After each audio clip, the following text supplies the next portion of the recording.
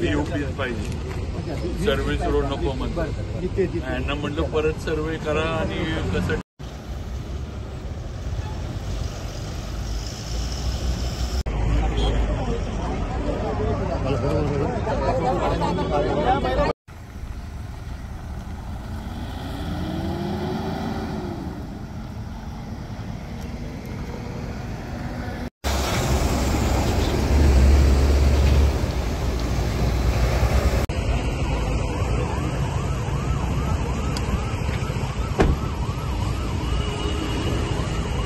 Technically बघा म्हटलं कसं बसवायचं, त्याशिवाय पर्याय काय.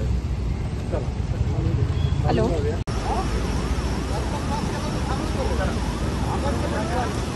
लवकर घ्या चला. सर आजचा दौरा नेमका कशासाठी आणि काय नेमकी पाहणी? सर आजचा दौरा येणाऱ्या गणेश उत्सवामध्ये मुंबईहून येणाऱ्या आपल्या कोकणवासियांना हा रस्ता मुंबई गोवा हायवे सुस्थितीमध्ये त्यांना मिळावा, याच्यावर वाहतूक कोंडी होऊ नये, खड्डे वगैरे काही असेल, सर्व्हिस रोडच्या दुरुस्त्या पूर्णत्वाला गेलेली आहेत.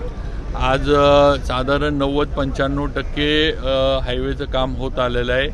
काही ठिकाणी थोडंफार एजन्सीज नीट नव्हत्या, काही ठिकाणी नैसर्गिक ह्याच्यामुळं कामं लांबली, काही ठिकाणी लँड ॲक्विजिशनमुळं कामं लांबली, अशा काही अडचणी आहेत. आज माणगाव, इंदापूर वगैरे इथले जे आहेत तिथं थोडा उशीर लागणार आहे तिथली कामं व्हायला, कारण त्यांचे टेंडर जे आहेत हे जरा उशिरा झाले. त्यामुळे आज इथं नवीन एजन्सी दिल्यात आपण ज्या कामं सुरू केलीत, रेल्वे ओव्हरब्रिज असतील, बायपास असेल, हे सगळं जे आहे ते आता अंतिम याच्यामध्ये आलं आहे. आणि त्याच्या पलीकडं सांगतो, याच्या पलीकडं सुद्धा जी कामं पूर्वीच्या ह्याच्यातनं राहून गेली, मग आता ज्या ठिकाणी आपण उभं आहे इथं त्यांना व्हेकल अंडरपास पाहिजे. मागं आम्ही चिता बरोबर ना गाव चितेच्या इथं आम्ही थांबलो, तिथं त्यांची सर्व्हिस रोडची आणि व्हेकल अंडरपासची मागणी होती. तिथलं ही कामं पुढचा आपण नॅशनल हायवेनं एक उरलेला याचा आपण हे केलेलं आहे. साधारण तो आणखीन एक 200 कोटीचा कार्यक्रम होणार आहे, तो गडकरी साहेबांकडं नॅशनल हायवेवाल्यांनी पाठवून दिला आहे मंजुरीला. याच्यामध्ये परशुराम घाटाचं व्हायाडक्ट सुद्धा आपण हे पण लक्षात घ्या.